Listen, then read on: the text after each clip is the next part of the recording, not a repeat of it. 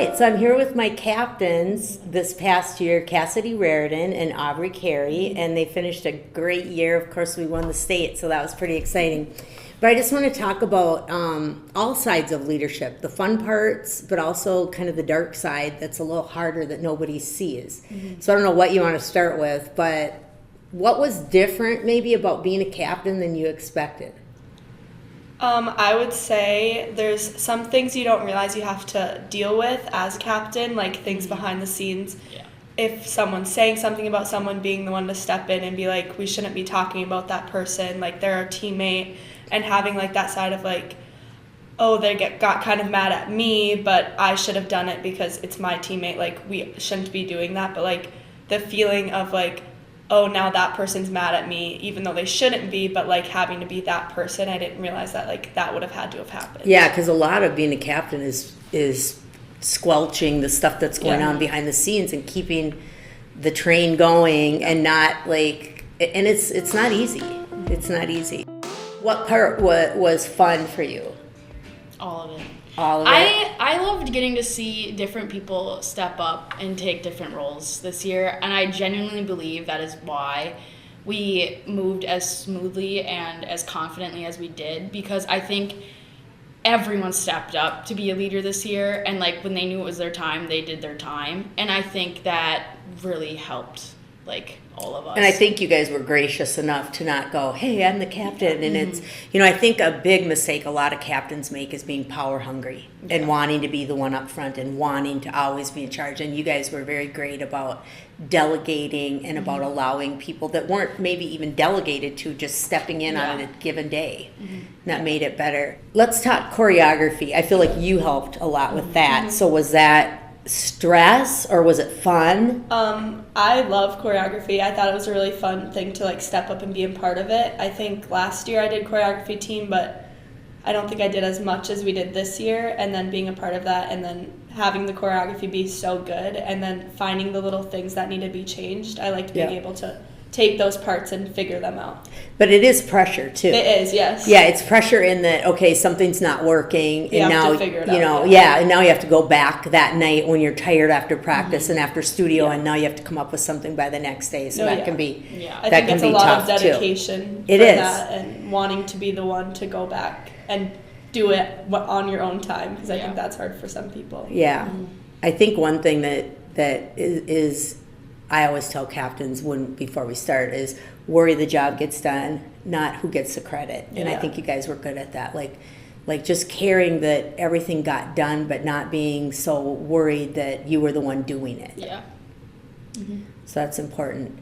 What advice would you have for upcoming captains?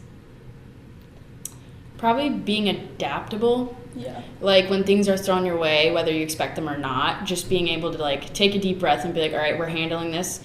I'm going to handle this for my team. And then think about, and also being empathetic in the sense that other people's emotions, and yes, they probably don't take precedent over your own, but like when you're a team leader, you have to think about everyone before yourself. And I think, I think that's definitely something to remember. That's a good point. And they do sometimes take precedent over your own. It's like, I know as a coach they do. Yeah. Like some days you can be going through this so much, and you step in that door to practice and you put on a different hat, and it's all about the kids, and it's all about your teammates. So. No, I was going to say not everything goes as planned, and just knowing what to do in that situation. If something isn't going on, like you're the one that has to step up and be like, I'm going to take charge and figure this out and make it better for the team.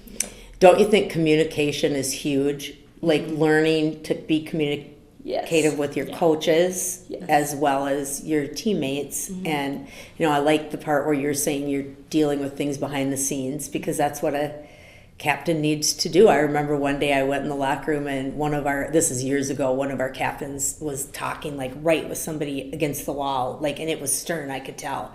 And I later said, is there something I need to help with? And she goes, nope, I dealt with it. And I was like, whoa, that's good. So what do you think is one of the hardest things to deal with as a captain? That's a trick question.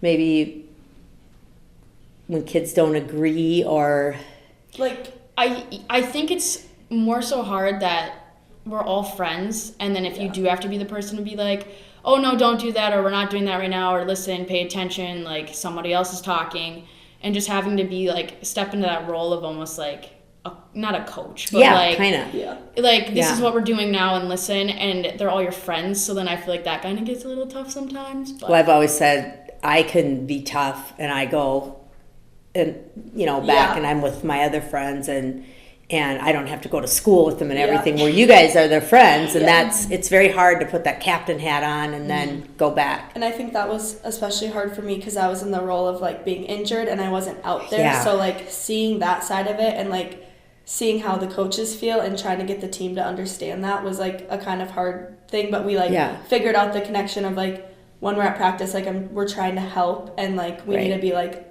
hardworking all the time and not when we want to, and like seeing that was crazy. Right, because you were out with your knee injury, so you were sitting up front a lot. How is it, by the way? It's good. I just hit a month after surgery on Thursday, so yesterday, and then in 2 weeks I can slowly start dancing again. Oh, wow. Because she waited to have her surgery till after state, so what a diehard. And it was great that you got in there. But I do think it's interesting to see it from up front when really you're not in there doing it, so you see a different picture. Yeah, it is really different from every standpoint, from like choreography, like seeing how the formations work and how the choreography like makes it look crazy or makes it look good. Yeah. And then like the side of like people, and like I know them personally, so like seeing them out there, if I know they're having a bad day, I'm like, you got it, like you can push through this. But that's good too, and I always think that the captains need to be the liaison between the coaches and the team to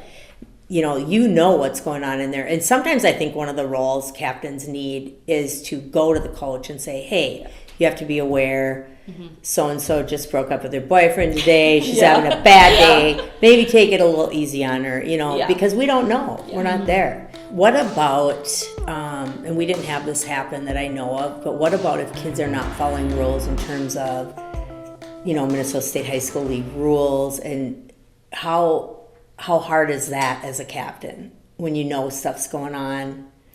I think it gets just frustrating because as a captain and as a leader, you choose the team over you once again. And so anyone can go out and do these things. It's just a choice of whether you are going to sacrifice that fun time, or are you going to dedicate yourself fully to the team. So I feel like as a leader that gets frustrating sometimes, and I don't think it has. I didn't see any of that happening this year, but if it did happen, I could see just being come on, we're all kind of in this together. Right. It's easy from my age to go, it's such a short time in your life. Yeah. You need to sacrifice and commit. And I always tell our athletes in Brainerd that you guys are like Olympic athletes. Yeah. You are training that hard. You are putting in more than most athletes do, and your body has to run at maximum capacity with what you put in it in terms of food. You have to train. To train. So that gets hard. I think it's also hard when you have kids that aren't training as hard as you in terms of, we do a lot on the off season. Yeah. We did ballet, we did weightlifting, we did, some of the kids do the gym in addition to our kick and dance practices. So we really train in the off season.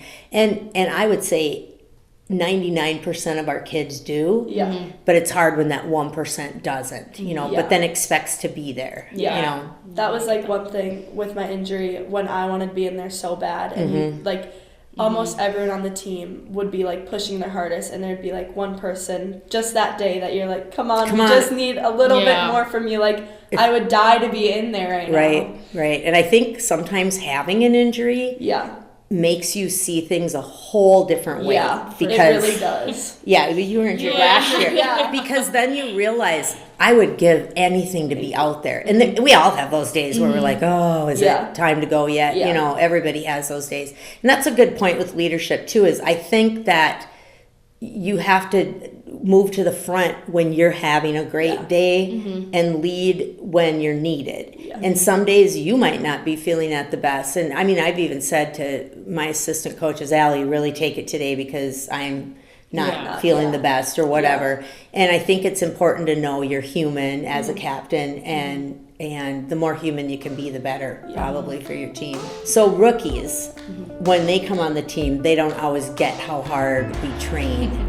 And how do you get the rookies to get it? What do you think?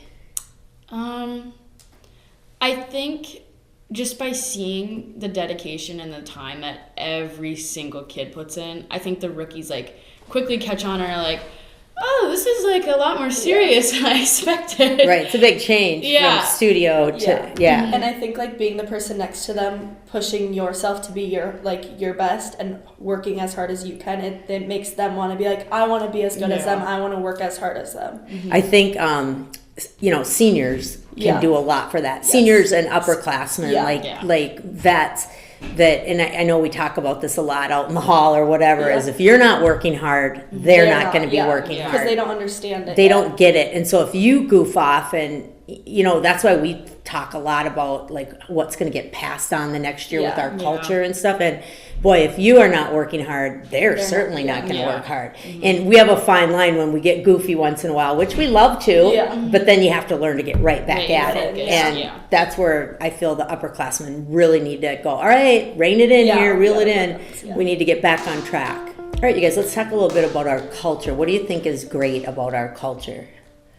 We show up all the time. And showing up is 90%. Yeah, we show up. I always laugh when I run this Dance Coaches and Teachers Unite Facebook group, and I probably once a week get someone go, what is your punishment when kids don't show up? And I'm like, we don't have that because we show up. Yeah. What do you think makes kids show up with an unwritten rule? I think it is just an unwritten rule. Like, I don't think we ever have to talk about, like, make sure you come. It's just people want to be there. Yeah, and it's not just showing up. It's the showing up the extra 15 minutes early to work on something or to stretch. Like, I think our team just goes so above and beyond on the little things that it's why we're so great, because they overall come together. Like, and I think us, like, seniors or upperclassmen, we do that, and then they're like, or we're like, hey, want to come 15 minutes early and work on this part you don't know? And then that makes them want to come, and then they're like, friends want to come early and practice, and then by the end of it, we're all there 15 minutes early every day practicing.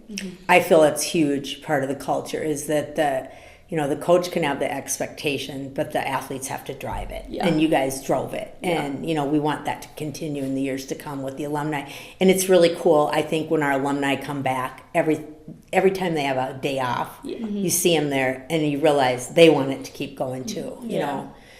What else is about our culture, do you think, that people just might not know? We all care so much, too. Like, we all love to dance. You can tell, like, if we didn't, we wouldn't be there. Yeah. The amount of dedication and the work and the time you're putting in, if you didn't like doing it, you wouldn't show up. Like, and I think the amount we care as a team to do well and to be successful and to do those small little things, it boosts us up in the game.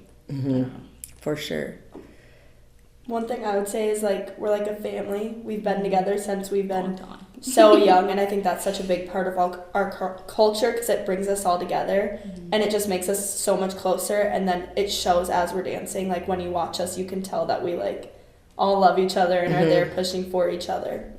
Because if you don't get along off the floor, you can't look together on the floor. You have to get along on the floor. I think a neat thing about our culture, and you guys will echo this, I'm sure, is we have that whatever it takes mentality. We have never been a team that's like, well, we don't want to practice extra. Well, we were going to go, it's always like, all right, and some days if I remember I wanted to take Saturday off after sections and people are like, no. Really? No? We need to practice, Yeah, my son was laughing. He goes, who practices the day after you win sections? We do. We do, but I think that's huge. It says a lot. Well, any closing thoughts that you want to share? Many plans for next year? I'm planning on St. Cloud State. Cool. And I'm majoring in exercise science and then going on to be an occupational therapist, hopefully. That's so neat. Yeah. Does that come from your knee injury? Kind of, and then I want to work with kids still, so I'm going to do pediatric occupational therapy. That's awesome. That's my good. plans. I'm planning on attending UMD, and I'm going to major in pre-law and minor in English. So the plan is to be a lawyer. Oh, that's awesome. That's the end goal. Well, that's neat. Well, you guys, thank you for taking the time to do this today. Thank you. And congratulations on a great season. Thank you.